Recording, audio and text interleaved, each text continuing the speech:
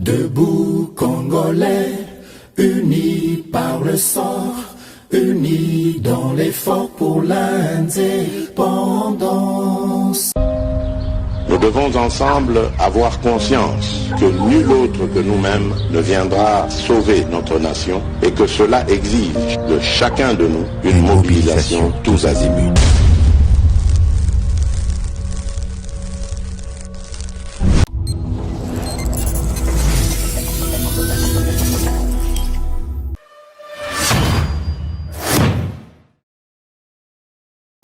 Boye malamu na GCAM télévision, fidèles abonnés, chers internautes, nazana esengwa koyeba bino ebele na bolandi émission na bino ya ba éclairé debout congolais bipa union sobozwami à travers République démocratique du Congo pe à travers mokili mobimba Samba Olonga apesi bino matondo mingi pona confiance pe fidélité na bino renouvelé na etando oyo. Boye malamu ete justice ya Nzambe ratakate, justice ya Nzambe moto moko te aishapaka na contrôle nango. Ce sont là les maîtres mots qui introduisent, comme la tradition l'oblige dans cette émission, ya ko rappeler na ba commun des mortels ete biso nyonso tozaka ka vanité. Soko ko salaka mabe okanisi ke biso na mokili tozana makasi topé capable te ya ko arrêtez yo, yeba yango que il y a quelqu'un au-dessus de nous tous et au-dessus de toutes choses qui peut t'arrêter. Si ce n'est pas sur cette terre, sache-le bien que même dans l'au-delà, tu finiras par payer les prix de tes actes. Il n'est pas tard pour faire du bien. Et Sengeli o se rattraper pour justice yanzambe motomoko te aishapaka na contrôle nango. Na lombango na kei na actualité oyo ezali kosangisa biso mokolo ya lelo ya yambo ezali bongo ouverture ya balabala oyo ekangamaki na GLM lupango ya ancien président topex président Joseph Kabila ba tonaye balingaka mingi kobenga ye président honoraire balabala GLM ndenge boko landango na kati émission oyo avenue des Nations Unies.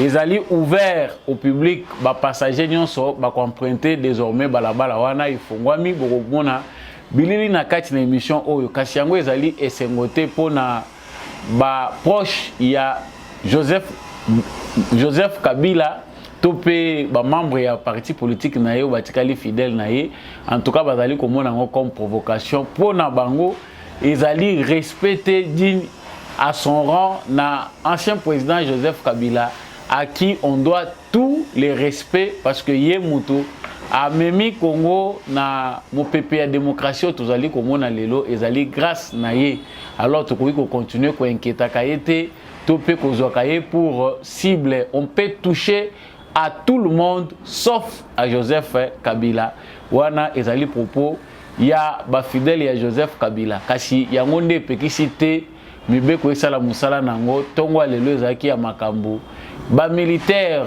police militaire ya FARDC bakitaki bongo sur le lieu vraiment ba panzaki nyonso ezalaki ba clôture ezali ko empêcher batu que ba choquer na balabala wana mais ezali kaka pona balabala wana te d'autres avenues aux alentours du palais de marbre pour les habitués de la ville de Kinshasa bato bayebi palais de marbre esika ezalaka ba balabala mususu pe ba fongoli yango ezali sur instruction à tata mokonzi ya ekolo nini tokoki koloba bato ya Kabila bazali na raison tote est-ce que Félix Tshisekedi alekisi est-ce que ezali malamu te acte oyo ye a posé topé ezali lolenge nini mituna boza ko mituna eza ebele ba point de vue ezali divergent à ces sujets.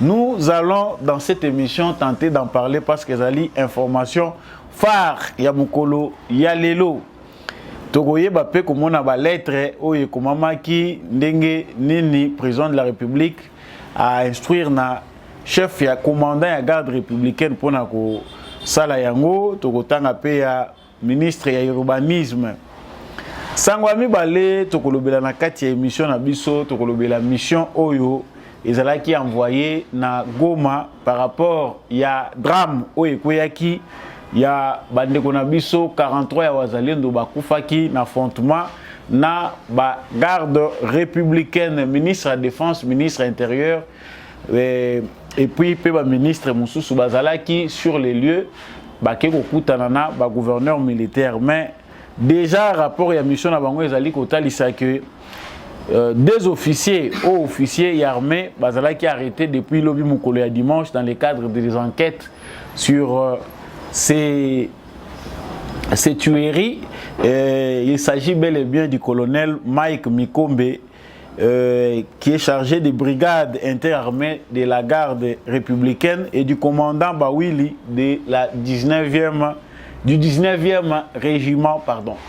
Voilà. Bango wana mibale nde mutu baza jusque là arrêté pour des raisons d'enquête et le gouvernement a prévu qu'on soit ba sanction contre ba auteur. Il y a ba acte wana vraiment ezali ko sepelisa te. Toujours dans le cadre de ces événements, ezalaki na bato moko ba zalaki ko publier ba track pona mokolo ya lelo que marche moko esengeli lisusu esalema na Goma au nom du comité laïque de coordination. Bango ba préparaki balobi ke esengeli marche amunene esalema en collaboration avec le mouvement citoyen. Marche encore une fois de plus interdite après information au gouverneur, au maire et à ville de Goma, pardon, à Zouaki, Ndingisaete, marche wana ezali permise te. Kasi na sima yango tomoni évêque ya Goma vraiment yé azongeli yango pona kolobake azali d'accord nango te. Église catholique a organisé marche T. Église catholique ya Goma azana manifestation moko ta organisaki en tout cas to senga na ba fidèles catholiques na ba homme nyonso bonne volonté à diocèse ya Goma ba se laisser manipuler te na bato oyo bazali kozwa mitindo ya ndenge wana ye atalisi pete CLC comité laïque de coordination ezali ko exister te na Goma bato bazali ko saila identité wana ya yebi bango te ye azali ko se donner na makambo ba autorité bazali ko sala pona ko pesa lumière na ba acte oyo ezalaki komi pe ba sanction esengeli ko zwama. Nous reviendrons sur ces sujets. Bongo tokosukisa basango na biso na sango oyo ba évêque africain méthodiste de l'église méthodiste bazalaki epai ya Moïse Katumbi kuna epai wapi libondeli ya kafu ezalaki kosalema pona ye. En tout cas tobo sanate kaza candidat président de la République, toutes les voies sont possibles. Mutuna mutazali koluka sécurité epai wapi ya kokimela pona Moïse Katumbi. En tout cas cette fois-ci ezaba catholique te, il a fait recours na église méthodiste africaine pour être ba mekape ko chaye loboko na losambo boko mona bililingi na katina émission na bino. Voilà tout pour les sommaires basango oyo toza ko aborder na bino sika awa na cadre émission na bino ya ba éclairer debout congolais. Matondo mingi na bino batu boponi chaîne oyo topé boponi émission oyo bo beti libaku ya mabete eza libaku ya malamu pona ko partagaka ba analyse ya mwana mboka samba olonga. Surtout il faut ko partager ce qui peut zambala na yo ya liboso ozali ko rejoindre nga na plateforme oyo yeba malamu ete faut ko s'abonner pour okoma pe membre permanent ya émission debout congolais ezalaka émission ba éclairer ce qui peut oza moko ya 33 000 et quelques éclairés au Balandaka Biso. Il faut vraiment qu'on s'abonne, qu'on partage et surtout ce qu'on a liké, en tout cas, émission, ce qu'on s'est il faut qu'on like, qu'on partage et puis qu'on tique un commentaire. Vraiment, ils ont affirmation que vous avez apprécié l'émission Nabino et puis l'émission vraiment ils ont servir que les Congolais sont éclairés. Depuis Ville Nini, aux alliés qui soutenir l'émission Oyo, Tika Ngo na commentaire depuis pays Nini à travers le monde. Ça fait du bien de partager aussi nos commentaires avec nos phares DC, toujours phares DC na mon thème. Ah, na lingala, tokoma koloba mokili tour na tour. Yo, o renyaki, o lobige, vraiment, ngai, ezalaka ngai. Njokande na mokili ya bakome de mortel oyo tozali likamu nyonso ezaka ne bandeli pe suka nango C'est lui qu'on avait surnommé China Rambo. On ne sait pas encore, on ignore les origines. L'origine, il y a Kombo Wana. Pourquoi on appelle ça Kombo et China Rambo? Ça reste à savoir. China Rambo, Raïs Joseph Kabila, hein? Kombo Nyon, c'est ici là qui a. Joseph Kabila, ex-président de la République démocratique du Congo. Ndakunaye, pour éviter Ndakunaye, GLM, pardon. Oezali, Nangaliema. En tout cas, Babalabala Ebele, et comme qui tradition, ça fait plus de 15 ans que Babalabala Ebele, où Joseph Kabila a tchaki résidence naye, Nangaliema, Babalabala Ebele, Kangama, Bamapangu ya Batu Ebele, ils ont des difficultés, ma casse accès jusqu'à ce que Bate Kayango. Parce que sécurité à Kabila oblige, il a fallu que Baba barricader Balabal et Belé. Et il n'y a pas seulement que Joseph Kabila. Batu Belé peut Bamibengaki, autorité n'importe Joseph Kabila. Ils ont aussi embrassé cette culture. Il y a Kokanaka Balabala pour la sécurité na bango. Ça dit ce qui va permettre que Moutamakolo Aleka, Yakana carte na yo, Sala Boye, Kakapona Motomoko avant d'ana balabala wana. Et pourtant, Azan a dispositif sécuritaire ya makasi, mais balabala mobimba batu baza mal à l'aise pour y assommer le pango kuna. Mais sango na ye nango lelo e outil déjà moi kala depuis week-end na lobela ki angote, mais rebondissement eza makasi lelo. Ba indignation ezalaki ba voix DG bandaki ko s'élever tango ba agent ya ministère ya urbanisme ba kitaki sur le lieu pour na ko sala constat et longo na garde républicaine que esika wapi Joseph Kabila tongaki résidence na ye bato ba yebi ko wana malamu bato ba yebi lito bemba ba yebi ke ezali pe lupango na bango. Ba procédure et ça là que lupango wane comme Joseph Kabila en tout cas ngana zana ba documenté ya ko vérifier mais selon ndenge toza ko yoka ezala ki pe aki na lolenge ya malamu te mais awa likambo ba garde républicaine ba kitela ki kuna ezala ki likambo ya lupango te to ko botela mutu lupango to pe ko buka ndako na ye. Président de la République Félix Tshisekedi nde mutu azui instruction ya apesi yango na commandant ba garde républicaine batoyo bayebi Gombe la grande partie jusqu'à ce que d'autres ba parti moko ya Gombe kangami na Béangaliema tokeiti esika nyonso ba résidence ebelo officiel ezali mwana mura zalaka kuna mwana mura ezali ba garde républicaine Uta Joseph Kabila bangonde mutu bakanga terrain wana nyonso sécurité ya mupanji wana nyonso comme président de la République ba palais de la nation ezawana palais de marbre Kabila pa yeko bakisa GLM en tout cas bato ba yebi baza ba habitué ya bakwen wana ba yebi ke kuna garde républicaine azalaka pamba ba balabala ebele to sito mesanaka elekaka mutu kate okokota ngo kaka soki ozoya nzela makolo avec justification ya lupango yo oza kokende donc ezalaki tu évites ce que tu as état dans un état parce qu'il n'y a pas un endroit sauf le pango ya mutu mais si kawe ezalaka balabala esengaka ke moto nyonso aleka wana balabala ezalaka ya l'état lupango nde ya yo et même lupango dans un contexte précis l'état a un contrôle na yango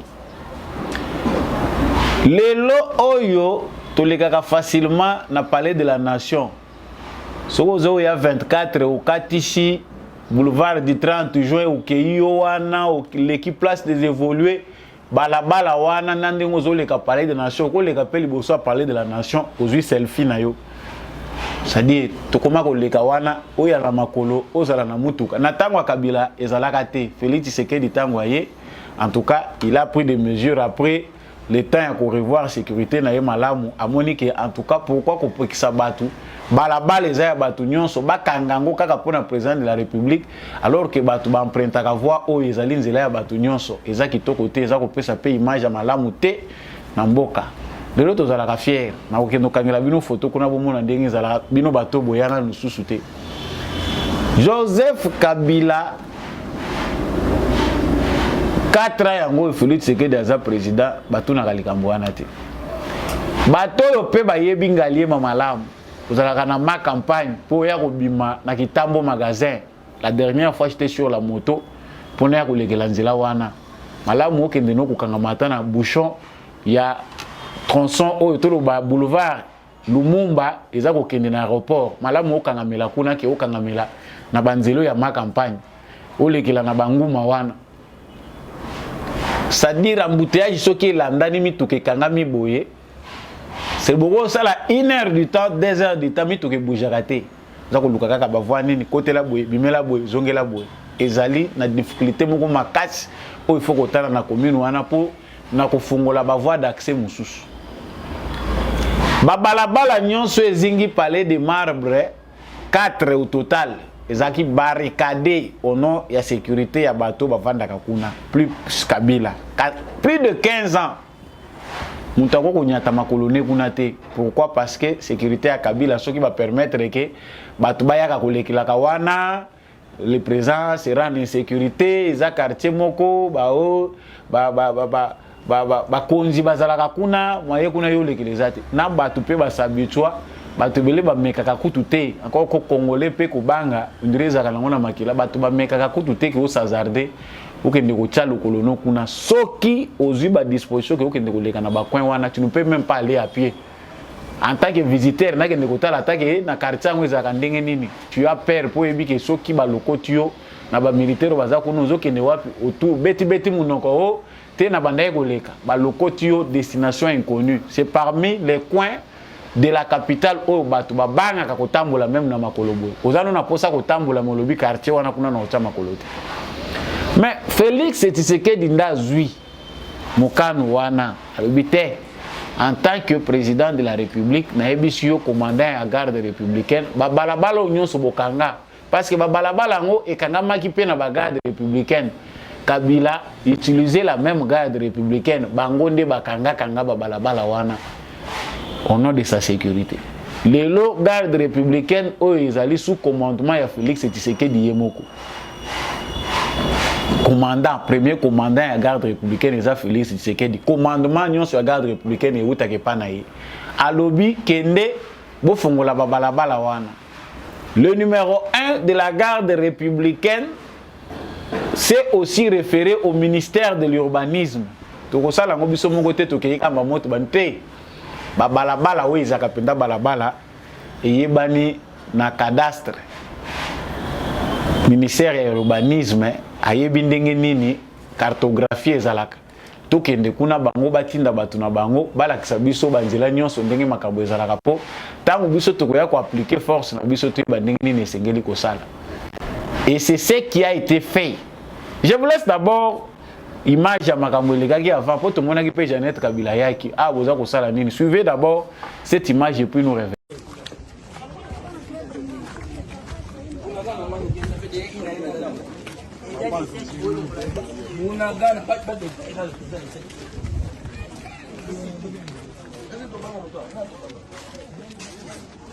Jordan. Oh yeah.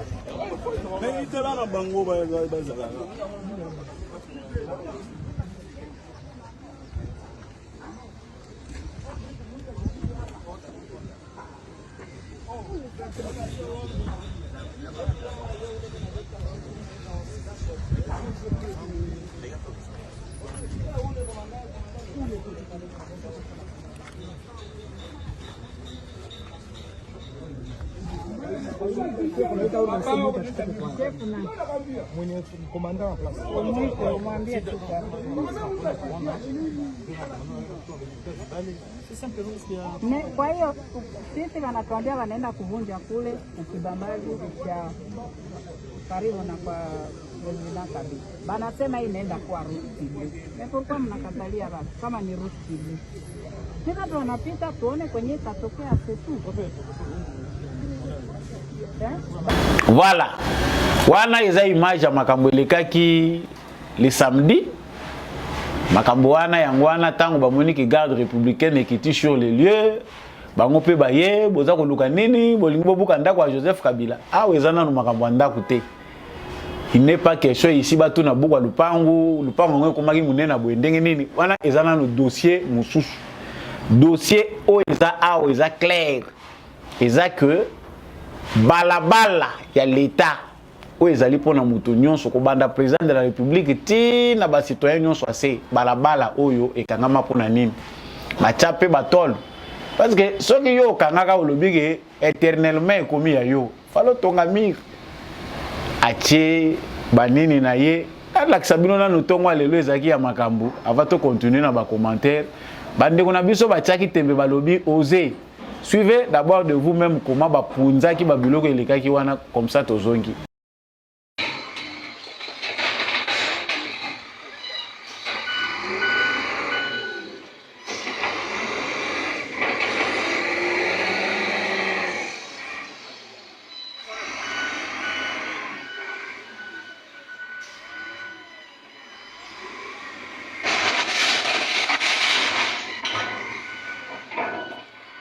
Voilà, force reste à la loi.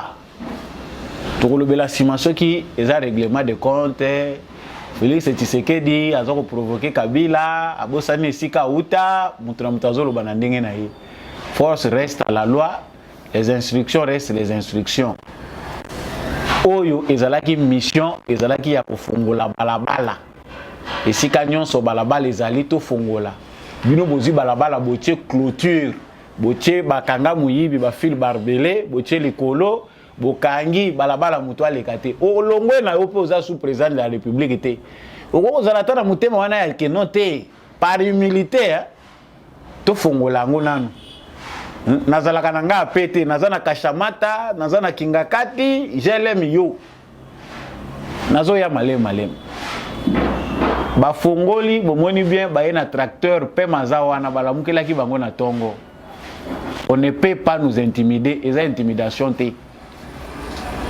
Tout le monde qui régime est comme ça. Ça c'est une provocation. Félix Tshisekedi azokanisa nini. Abosani Sika Uta, bokoloba na bino nyonso bokoloba, mais nous acclamons, c'est à notre bénéfice.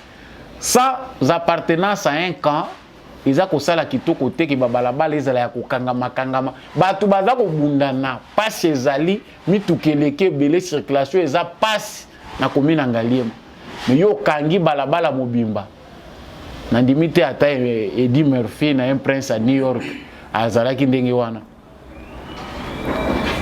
sikoyo bapanzi bango. Je vous laisse d'abord cette courte vidéo bomona bino moko admiration parce que batu baza ko loba biloba loba ba fongoli sikoyo balabala avant to kenela ba commentaire mususu bomona bino moko balabala fongwa mina batu bazana no moi crainte ça. Suivez cette courte vidéo et puis on revient.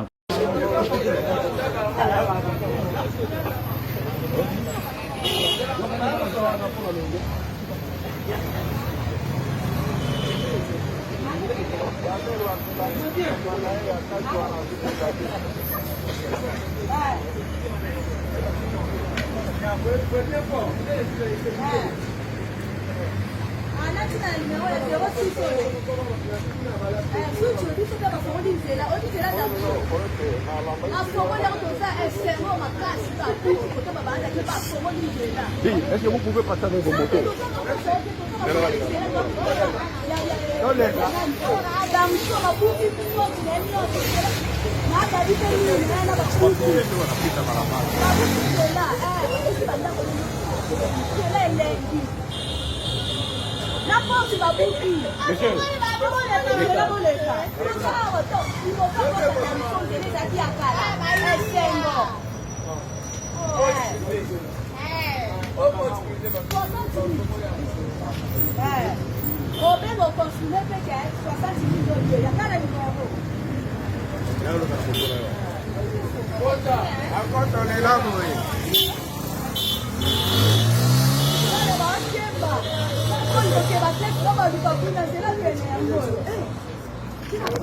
Je vais les libérer, ne t'en fais pas. Voilà. Comme vous venez de les suivre, Wana Izagaga, moi, image amateur, il y a bateau bazalaki sur place. Ozomona ki nakata bateau moko banga ezana no. Po bateau moto baleka bazako tindika bango. boleka nanu boleka na ba moto c'est que côté wana ba mekakate soko vivaki na Kinshasa na époque à Joseph Kabila bi na GLM soki oza muto bangaka on se retrouve au coin na ba coin wana na ba parage wana masube koko bimona bilamba parce que aucune destination inconnue mwana. Enfin les rideaux est levé pour nous qui avons vécu à Kinshasa otoye bagi keza na ba coin oyo balabala bakota kate même soko za kana ndeko na bino kuna batindi aye kozwa yo wana bafuye ba poche na yo leki oke kokota kuna balabala mobimba silence des morts ata mwana lelate. Mais regardez vraiment, admirez de vous-même. Tala balabala wana, ils ont fait asphalter. Yo zo kangia ngo koti ngo na ba concession na yo. Awa ba mususu balinga ba créer makambo ba inventer ba réalité actualité za la kate. Pourquoi ils ne pouvaient pas contourner? Ça c'est une provocation. Ba contourner té. Pourquoi ils ne pouvaient pas contourner? Même ceux qui ba contourner ba ko kende pembeni ya mai ba luka banzela mais oyo ezalaka balabala. Ya kangi azulu pangu ya lita ya balito bemba soki lito bemba asangisi asombi azulu pangu o ezalaki résidence officielle ya président ya assemblée nationale soki président sénat asangisi koma ya ye ezali suna ba résidence muswana ezaki mapangu ya l'état nyonso ekota na kati ya GLM yango mutuna wana biso tozo tuna ngo biso ba congolais pour photo tuna question instruction à président de la République ezaki nanu ka pona babalabala. Est-ce que les Congolais ont courage bazate pour tout qu'il en procès? Joseph Kabila l'Aksabiso, ma pangu ya l'État kutaka izalaka combien? Il nous a laissé combien? Parce que awa toza lisuna likamutoko kotuna te. Otuna ferme, o ferme ya Joseph Kabila. Otuna villa ya Zoé. Concession o ya Jeannette. Parc oyo ya Olive Lembe, c'est que Congo yo mobimba et comme propriété ya Joseph Kabila, nouveau Léopold D. Tana yo sakabino ke molimo Léopold D oyo. C'est vrai, nous sommes déjà délivrés Kabila longwe na pouvoir, mais esprit oyo ya Léopold D oyo biso tozala lokola bilanga. Bato bazana kati baza considérer lokola banyama na ye, azo traiter bango comme alingi. Voilà l'illustration to uti na maboko à Joseph Kabila et moi quand j'ai fait j'essaie d'établir la relation avec l'histoire. On a vraiment que c'est vrai vraiment tout outil na malédiction. Outa Léopold D. Pour Congo ezali bilanga Léopold D. Il pouvait faire tout ce qu'il voulait, concession na yé privé. Bazu pe batikeli balobi sala na yo ndengo lingi yo Léopold D. Quelle différence entre maintenant Léopold D et Joseph Kabila qui a fait tout ce qu'il pouvait faire du Congo.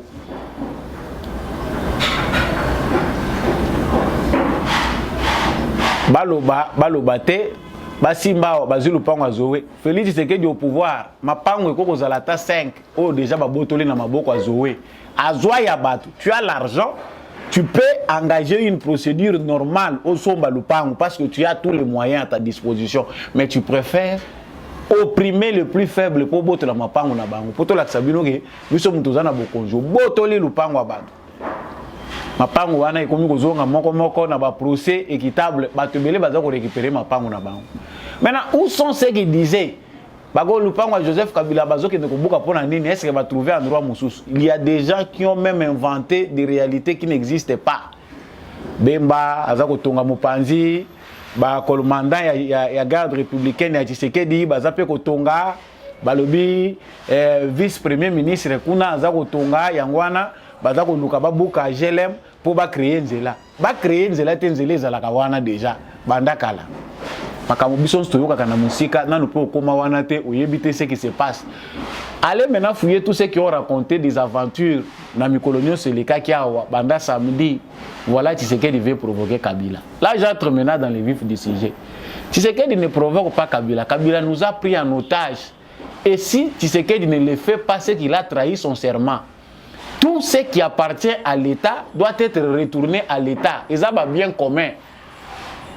Comment imaginer que bateau yo ba utaka na babote na bazamba ba ye ba se retrouver awa lupangu te po gombe yo mapango ezaka ya bato. Soki ozana lupangu na Gombe, ozana lupangu na Ngaliema, na ba Montfleury na ba nini, il faut la biso procédure nini, osombaki ndenge nini. On ne sait pas que puisse Mabilu puisse nous dire mapangu ya l'État ou ya l'État réellement eza combien ce qui le loba lobi que l'État récupérer nyonso ya ye eza na maboko ba individu to kosuka wapi ba musuba ko loba ke eza acharnement ba komi ko sala ba règlement de compte non. Même si Félix Tshisekedi est dans la politique de la réconciliation et de l'unité, que non, Kabila Logo lotiki pouvoir na kimia, toko brutaliser yote, mais cela ne veut pas dire que les biens qui appartiennent à l'État restent dans les mains de l'individu, y compris Babalabala. Batiki la bino Babalabala et continue kozala ko kangama, bino bo continue ko jouir na sécurité na bino comme ba prince na mboka o batiki la bino moko. Non, trop c'est trop. Et puis, il faut tout ça décrier qu'il les fait à Oumeli, ça prend 4 ans. Hein? Monsieur le président de la République, vous avez été très large. Parce que pendant 4 ans, Babalabalo et Zalaka Yako Kangama. Bissopeku tout ça, pourquoi ça a pris beaucoup de temps comme ça? Ah, bah, les temps, les bas, vous savez que Kabila devient président honoraire. Plus de 250 militaires na GLM ba touché te wana yanga okena kinga kati okuti mura tondi kuna. Aujourd'hui ce n'est plus le cas. Ba ebisa ki bango que Kabila doit avoir la maîtrise de comprendre comment on vit comme un citoyen normal. Mais le là complexe ya bokonzi ezana na mitu na bango que même ceux qui to longwe tozaka kana pouvoir. C'est ça qui fait souffrir les gens. Il faut redevenir normal. Si on accède qui pouvoir normalement, que tout est vanité. Quand je quitte, na mutu na o préparer qui cerveau na yo que na kolongwa un jour. Tu ne vas pas souffrir de tout ce qu'on voit. Tu sais ce que signifie être un citoyen normal. Mais Kabila souffre de ça. Il faut na continuer à jouir. Maintenant là on va dire non, Félix Tshisekedi azana kati ya provocation, ba problème ezé belé na mboka o ya moni. O pe za problème. Ça aussi c'est un problème. Bato ya kwe wana ta toza kolanda vidéo wana bato kwe wana bazo sepela. Bana po ba kende classe il faut ba kende ko tourner mais balabala eza wana. Sikoyo biso tebi que prochaine étape ezali bato yo ba yebi ki ba mapangu na bango ezaki spolier bazala la courage. Ya kobanda kolandela mapangu na bango. Pe mapangu à l'état mususu eza na kati ya GLM. Y compris ba parcelle ya l'état. C'est ce qui ba lobby ki balandela dossier eza clair non, te tokoyi kolandela wana te. Mais tant que toza ko loba ministère de l'urbanisme, décision o ya président de la République. Commandant en chef ya garde républicaine. Décision oyo ezalaka décision te uniquement pour na balabala mususu eza koleka. Balabala oyo ambassade ya États-Unis soki balabala oyo nini ya États-Unis ezande bozo ko mona photo wana. Balabala wana avenue des aviateurs. Ndeko bozo mona pe nini ya ba américain vandi wana pe balabala bakanga. Est-ce qu'aux États-Unis yo ko somba ako na boye ko likamba ko loba.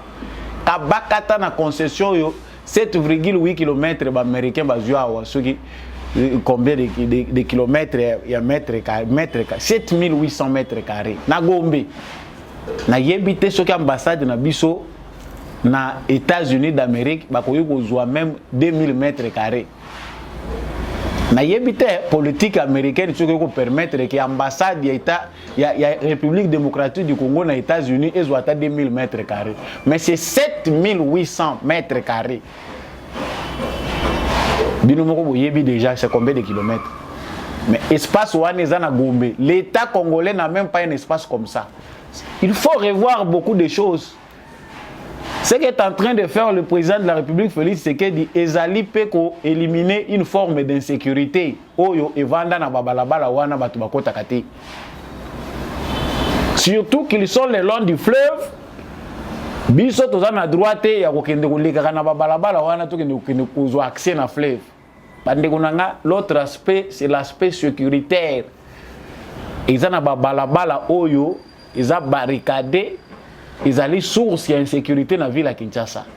Parce que bato bavanda kana ba mapangu wana ba identité na bango malamu toyeba kalisuti. Tant toza ko loba, on sait de quoi on parle. Ceux qui nous ont infiltrés, y compris même dans notre sécurité, ils ont des agents qui sécurisent les unité ni à la police, unité ni à l'armée. Ils préfèrent vivre dans les républiques où ils créer. C'est une délivrance. Le ciel ne va pas tomber, le ciel ne tombera pas. Quand le Congo retourne entre les mains des Congolais, tout ça comme on a inquiétude des êtres. C'est Tshisekedi qui devait être très inquiet. Parler de la nation, Tshisekedi devait continuer à barricader pour sa sécurité. Voir même dans Nzela ya Maïkouna, là on dit pompage là-bas, l'avenue du tourisme. Tshisekedi devait aussi barricader parce que étant proche, mais c'est quand Bazakuna. Mais Atiki en vide, quand on dit que l'insécurité est le long du fleuve, les citoyens doivent continuer à circuler. Les Congolais ont droit, Nazana droit, il y a Kokitana Balabala, il y a aviateur, il y a avenue des Nations Unies, avenue Nyon Sowana, tous en droit, il y a Kolekakakuna ko circuler. Mais parce que Batouana Bapona qui va sala bongo balobi non te bisoto wo sala et loko nyonso ezakane bandelipe na suka nango. Ça c'est un apprentissage. Kabila comprendre qu'il est devenu un citoyen normal. Et si Joseph Kabila lui-même était sérieux, il aurait déjà créé un club de rédemption. Il devait lui-même commencer petit à petit l'apprentissage. Il y a Vinaye Asika pour réparer le préjudice à cause du peuple congolais. Mais baturiferer oyo bakunde bembe na benga bango. Même na tombe ya Kabila boko continuer ka kolanda ebo flatter. Ça c'est oser de plus. Vous intimidez qui? D'où nous venons côté to wutaki nde esengela ki toyeba que boza penda solo makasi côté to wutaki nous on pensait que le ciel devait tomber. Parce que tout ce qu'ils disent aujourd'hui, Makele les a côté la biso, boza ko toucher place ba toucher à terre, vous faites ceci. Qui savait qu'un jour Jeannette Kabila devait être pernichard? Agé de côté le Maliboso, non, pourquoi vous faites ça? Yo yebite que balabala les alakawana, ils ont bien bétonné, ils ont balabala. Non, non, non, non et non. Makambu Oyo, ce n'est qu'un début. Côté toza ko kendeza na ba éleveur, ezali na batu na ba village na bango baza ko yebate nani ateka bazamba na bango et comment ba faire Makabila. Eza na batu baza ko yebate parke oyo ya sika eza ko kotisa mbongo biso par na biso awa tozo eza ndenge nini po ebakata ya étendu boye ozu yango na village na biso moko bakolo mabele toza lisiko na sika ko vanda te. Pas tout ça parce qu'on a corrompu des chefs coutumiers. Autour na village Joseph Kabila. OK, il a fikine. Et là il y a l'état. Concession to le pango wana mobimba. Ya fikine foire internationale à Kinshasa. Eza ya l'état congolais. Ba kata mapango batungana ba immeuble na kati. Et comment ba bien privé ya bato. C'est comme ko ba ko toucher point ya boyo lobi non toucher à tout le monde sauf à Kabila. Kabila ndé intouchable. Les voiles les levées. Biso to ko sala ka célébration. Pour celui qui voit que le ciel va tomber, nous attendons de voir nous tous. Mais ça fait partie de l'actualité. Il y a beaucoup à faire dans ces pays, y compris aussi l'insécurité. Babalabala bakanga wana, félicitations au président de la République. N'épargnez personne, y compris même ambassade wana États-Unis, même lupangu na bango wana.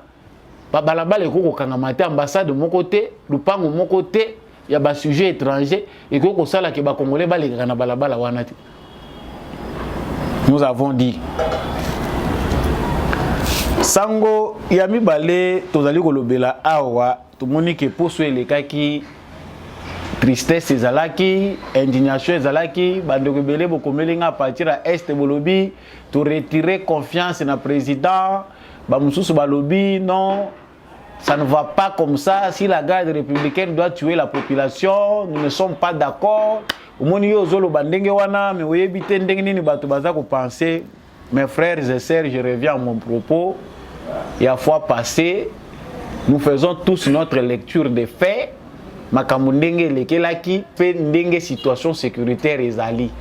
N'agissons pas et ne réagissons pas dans les émotions et nos sentiments. Les émotions sont légitimes. les émotions, les sentiments sont normaux. Mais après cela, les cerveaux doivent fonctionner. Awa tozali koloba mission oyo tata mokonzi ya ekolo apesaki ministre de la défense, ministre intérieur et les autres bakita pona kota la situation wana. Bato baza mécontent. Le président de la République a parlé vraiment azalaki pe indigné na conseil à ministre. Pourquoi bato bako ko febele ndenge wana? Il faut vraiment traduire les auteurs devant la justice pour na basamba. Biso nyonso to encourager ka ngoto lobi, c'est vrai. Il faut basamba. Mais awa bato mibale basi bazui bango bakangi bango te mais bazui bango nanu na maboko ya justice pour na ba raison d'enquête. Il s'agit bel et bien du colonel Mike Mikombe de la brigade des interarmées de la garde républicaine et du commandant Bawili du 19e régiment. Baza na maboko ya justice militaire pour na enquête pour na ko déterminer batu bakufaki ndenge nini. C'est bato baza responsable, baza patient ya koyeba résultat ya enquête wana. Mais tant que tozo mona ba réaction ezoleka na ba réseaux sociaux émanant des députés soi-disant d'autres personnes, parce que na Congo mutu soka azui kazaka ya muumbu ya peuple aza ko mibenga ma ministre to aza député azo mona ya komi supérieur. C'est-à-dire na mboka oyo Congo batu musu baza ko réfléchir malamu baza te lokola yo komi député to komi kingandi réflexion na yo komi supérieur ya baninga mususu. Pourquoi jusque là il n'y a pas de sanctions? Des gens devaient démissionner. Yo ko démissionner za pete ba pesa yo bonga yo so démissionner malgré ko finga ba finga yo aussi démissionna pour sauver honneur. Do moneze pas baninga ba démissionner za pete. Cette situation est dramatique. Biso nyonso toza triste pour na yango. Ba militaire na biso ba salamité pour ba kende ko s'affronter na population. Mais pourquoi c'est arrivé? Toza ko expliquer mbala na mbala meza na bandeko na biso bazozonga kaka wana. Ceci doit parler. On comprend que derrière l'incompréhension se trouve aussi la manipulation. Pourquoi la manipulation? Il y a des gens qui cherchaient l'actualité. Baza ko luka actualité nini ba ko diembela nango et permettre bango que ba souffler, ba trouver raison pour permettre bango que bazonga d'actualité na ba média. Carnage, massacre, on a tué, on doit démissionner, sanctionner, basala oui, bakosala yango. Nous autres, nous voyons les choses autrement parce que que nous avons au Congo une forme d'opposition contre la République, pas contre Félix Tshisekedi, mais contre la République. Cette opposition-là aussi est à la base de l'insécurité permanente dans la ville de Kinshasa. Batu bakoloba, bakolobate. Batu bakolobate. Bino bovandi lisusu bolobino te, toza ko organiser marche mususu. Comme si cela ne suffisait pas, un groupe d'individus va se choisir le sous-balobi. Non. Nous allons encore marcher. C'est lundi 4. Tous les lots va prévoir qu'il va kotambola. Allez, bazu combo. Il y a CLC Baché Liboso. Comité laïque de coordination. Basangi si balobina ba mouvement citoyen, nous allons marcher dans la ville de Goma pour dénoncer la tuerie et puis exiger le sous départ ya Monisco na ya EAC. Ah, c'est bien parce que les causes sont justes. Mais est-ce que l'orientation nango topé procédure na bino est normale? Ezali ko kende na sens ya défense ya intérêt ya nation ou bien ezali na satisfaction ya ba individu moko boye o bazali contre république. Bande kona biso na basangani mais maire pardon ya ville ya Goma a s'opposé na manifestation wana nde bozomo na communiquer. Alobi marche wana eza yango te. Et encore plus loin,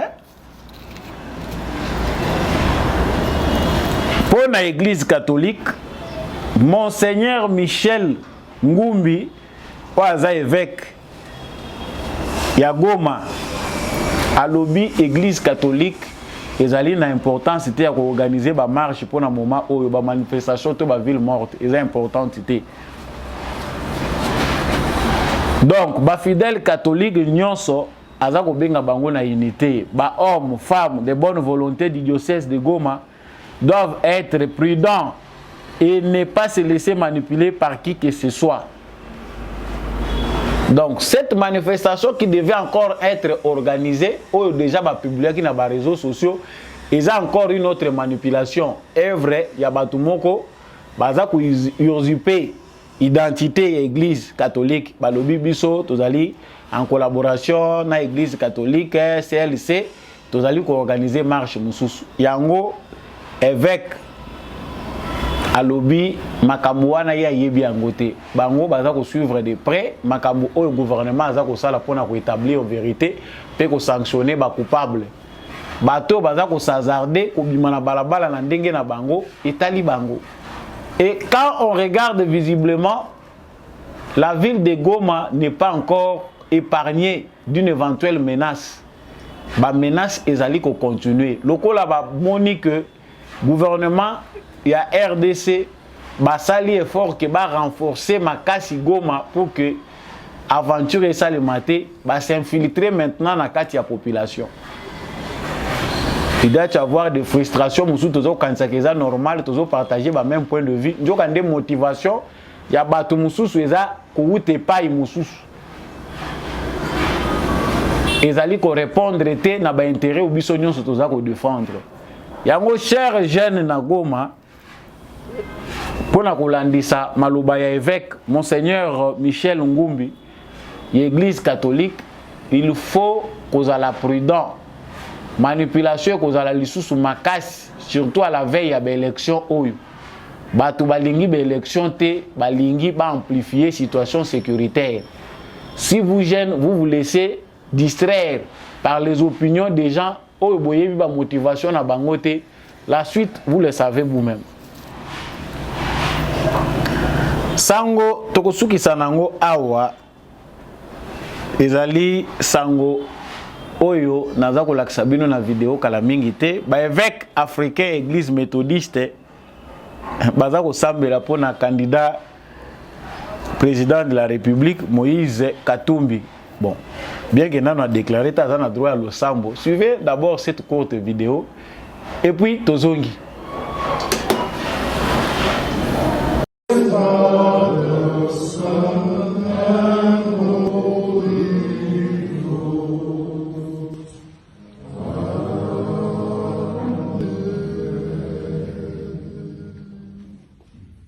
Gracious and loving God, your grace is ever present in our lives. Yes. Throughout each day, God, we are benefactors of many blessings, both seen and unseen. And this has been a day, God, when we've been able to see your presence at work as we've worshiped and gathered together.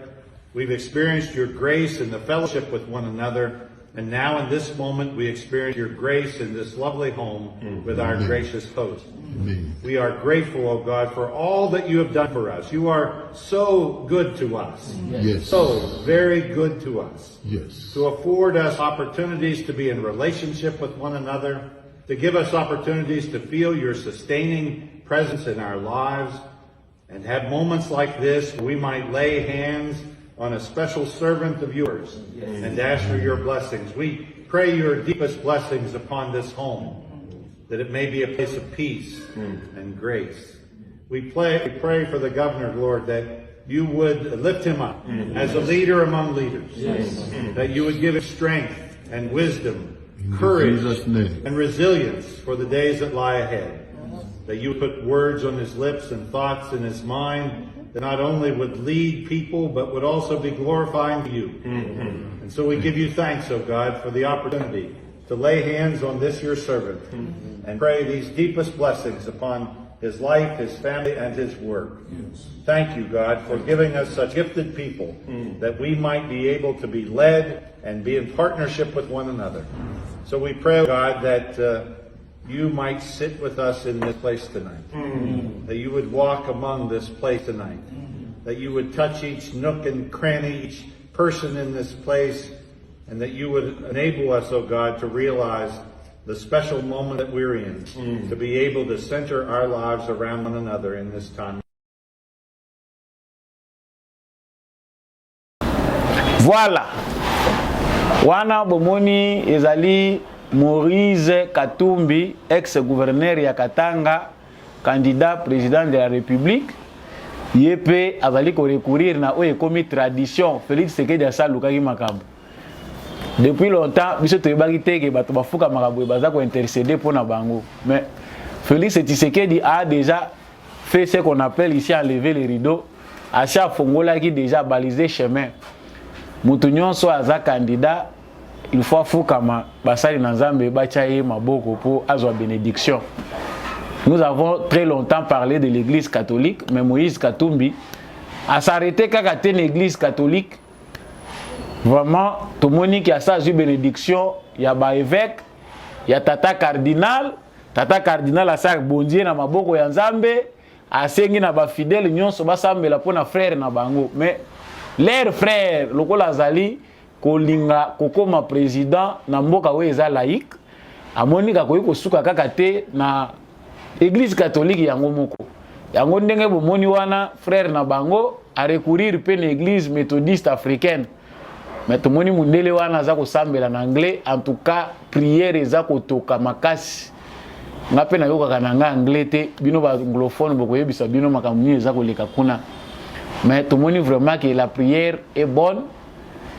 Mutu bakoki ko empêcher prière azate to sambela kabiso nyonso ba mususu na nzambela pembe, ba mususu na nzambela mwinda.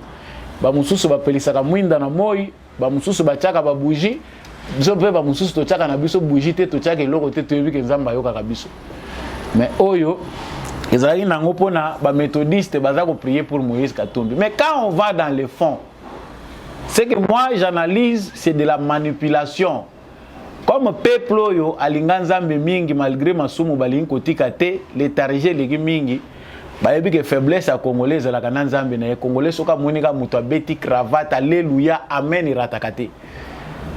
Parce que tout kota quand même babiso na biso en commun. C'est facile de manipuler les Congolais via la parole de Dieu, via Dieu. Ce kaka muto abimi ayebi ko maniola penda ayebi ndenge nini babeta kaliloba. C'est facile pour un Congolais de se laisser faire comme ça parce qu'ayoki déjà liloba na Nzambe kotiye il ne jugera plus. Amen, pasteur.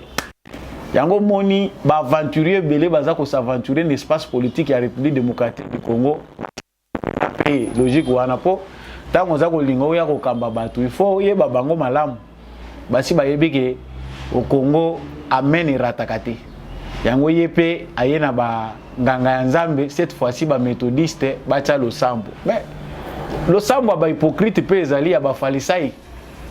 O ba sambela ka likolo ya ba nakati ya ba wenze baza ko sambela po ba mona bango ke baza ko sala losambo ngai eloko marqué nga nakati ya vidéo oyo nombre ya ba téléphone oyo ezali ko filmer prière wana c'est comme si batu muswana pe respect ngo ya Nzamba ngo bango baza na ngote c'est que soki na tangi téléphone koto oyo kamita tu téléphone oyo koto téléphone oyo koto téléphone au total c'est près de 10 téléphones nyonso nakati ya ko filmer bino bokanga misu te bino bosambela kate. Ou bien c'est pour des raisons, il y a sécurité, il y a président Moïse Katumbi. Chers frères congolais, nous verrons beaucoup de choses. Mais non, c'est comme ça partout dans le monde. Ba méthodiste pe ba ko zo par na bango, ba lobi ke kuna mutu na mutu azo par na ye. Tout celui qui passe par Kachobwe sait qu'il aura quelque chose. C'est pour lui une bénédiction. Alors, muto pe akoleka wana ba invité ye. Oui, nano banganga Nzambe batu pamba ndeko. Yebake bato pe baza koleka kuna ba pesi enveloppe. Yoko boya te otandi loboko. Mais boye bisaya sala de repentance. On ne peut pas mettre un pays qui vous a accueilli en difficulté pour collaborer avec les ennemis et puis prétendre qu'il y a diriger Mboka wana. Ça c'est compris. Même si ka bato ba manipuler ka ba pouvoir en Afrique, ba si ba comprendre que pouvoir o yeke na maboko ya ba congolais bango moko des congolais pur de sang. Ce qui to lingi to arracher ngo to pesa ngo na moto yo doute ezali, eza compliqué. Même bato yo ba manipuler ka biso de l'extérieur, ba tchaka ba mbongo na bango po biso to za ka diviser, ba si ba comprendre que l'erreur a été déjà consommée. Les Congolais ont leur pays entre les mains, c'est à eux de décider ce qu'ils peuvent faire de leur pays. Cacophonie toza ko mona wa eza likolo ya ba intrus na bandeko na biso oyo loyauté c'est si la bango pour bandima ko s'enrichir au profit ya bapaya. Ba s'enrichir na bango mais mboka ata ba dirigeant on a rien mais boyoki na Gabon te. Même si c'est une aventure, c'est un aventurier mais il a choisi le bon angle pour ameka ko attirer sympathie à Bagabonais. Alobi na Gabon, le président de la République doit être gabonais de père et de mère. Non seulement cela, sa femme doit être gabonaise. Nous tous, nous savons que c'est une aventure sur base des informations concernant que c'est une révolution palais. Les Français sont dedans. Mais quand lui veut manipuler son peuple, il s'accroche de père et de mère. Noël Tchani, Azul, il passe en Gabon. De père et de mère. Mais non seulement de père et de mère, mais balandi tina mwasi na ye. Mais biso oyo couple ya Moïse Katumbi, il est difficile à représenter en haut parce que et la femme et l'homme ndeko moko asekisa kinga na banaliser les cas qui a lobby mais finalement cabinet wana we ya biso wana ikozala composer ndenge nini maison civile wana ya président wana ikozala maison civile ndenge nini. Tout le monde a Burundi awa, ba juif, tout ça peut un problème na ba juif te, ba ya na voie normale. Mais mboko ye longwa lisusu na maboko ya ba congolais et kende lisusu na maboko ya batu mususu c'est inadmissible, incompréhensible. Wana totikali ba senzi pona libela. Donc na ebite nini tokoloba. Donc pona kosukisa point wana na kanisi bino moko bomoni ke nzamba za utile. Même bateau bazana moi gris na poche na bango bazo comprendre que il faut que bata makana sima image ya bonzambe baye bakenga pe na sambelaka parce qu'à l'église ceux qui y vont batu bakanisa kake batu nyonso bakendaka kuna bakendaka koluka nzambe il y a ceux qui y vont par formalité pour abimandokité na quartier que père bana to yebi ya kenda église te mais ba mususu bakendaka formalité yango moni nzamba zakaka na église te tu peux avoir un bon cœur et prier chez toi pe mukolango pe au moins porte à paradis hein na goya ko continuer mingi te mate ko ya ko koma mulayi na ko koma pasteur émission ya lelo esuki wana na ndimi penda que ba sujet nyonso yo to ponaki pona ko aborder na cadre émission na bino ba éclairer et sili matondo mingi na bino nyonso bolandaki biso na sud ya France bandeko bolandaki biso na Bukavu na Goma miteme ezala toujours ya kokita toza la FARDC na motema ba bevi ezalaka bébé ezalaka souci ezalaka on reste congolais et derrière la patrie aucune raison aucune circonstance ne peut faire de nous des ennemis de notre propre nation. Peu importe les circonstances, peu importe les difficultés, nous restons derrière notre nation parce que c'est dans le cœur que se porte la nation. Nation ezalaka na bibeboté. Merci mingi na bandeko bolandaki biso depuis Mbujimai pour abalengela. Merci à tous ceux qui nous ont suivis depuis Kananga. Merci à tous ceux qui nous suivent depuis Chikapa, Wamansamba. Et tous ceux qui nous suivent à partir de Likasi, Kolwezi, Lubumbashi. Pour Binonyon Sohana, vous faites partie des ancêtres communs. Merci Nabino. Merci Nabandeko Mingi Balandi Biso depuis Canada, États-Unis, Afrique du Sud, Gabon. Bozali kuna na Côte d'Ivoire, boza na Sénégal, boza na Burundi, boza même na Rwanda bokomela ngai. Boza ebele ti na Luwezi na Congo central kuna na Lubefu na Sankuru, on est ensemble. Na pesi bino matondo mingi liste eza exhaustive. Eza exhaustive te ba mususu tokotanga bino pe prochainement. Merci mingi une équipe technique qui accompagne kinga ndeko mbi ya Chako. Pour cette émission Oyo et comme la bino matondo mingi na l'élu de Tchangou l'apôtre Gérard Kabeya matondo pe mingi na Jean-Louis Chimbalanga l'homme de la vérité des urnes. Je remercie beaucoup mon vieux Maurice Kikangala. Merci beaucoup à papa Boniface Mpunga, monsieur le maire adjoint. Merci à maman Bilonda. Je remercie également Maman Lisette Mongendou que je salue et à tous ceux qui participent activement à cette émission. Également mon vieux Paulin Tika, na pe choper matondo mingi et na ndeko ya Ilebo, bandeko nyonso bazana Ilebo, Njoko Punda, ba circonscription électorale eza kuna bosimba mingi, ndeko na bino Freddy Ngwama azali élu na bino botia epe maboko aza candidat député.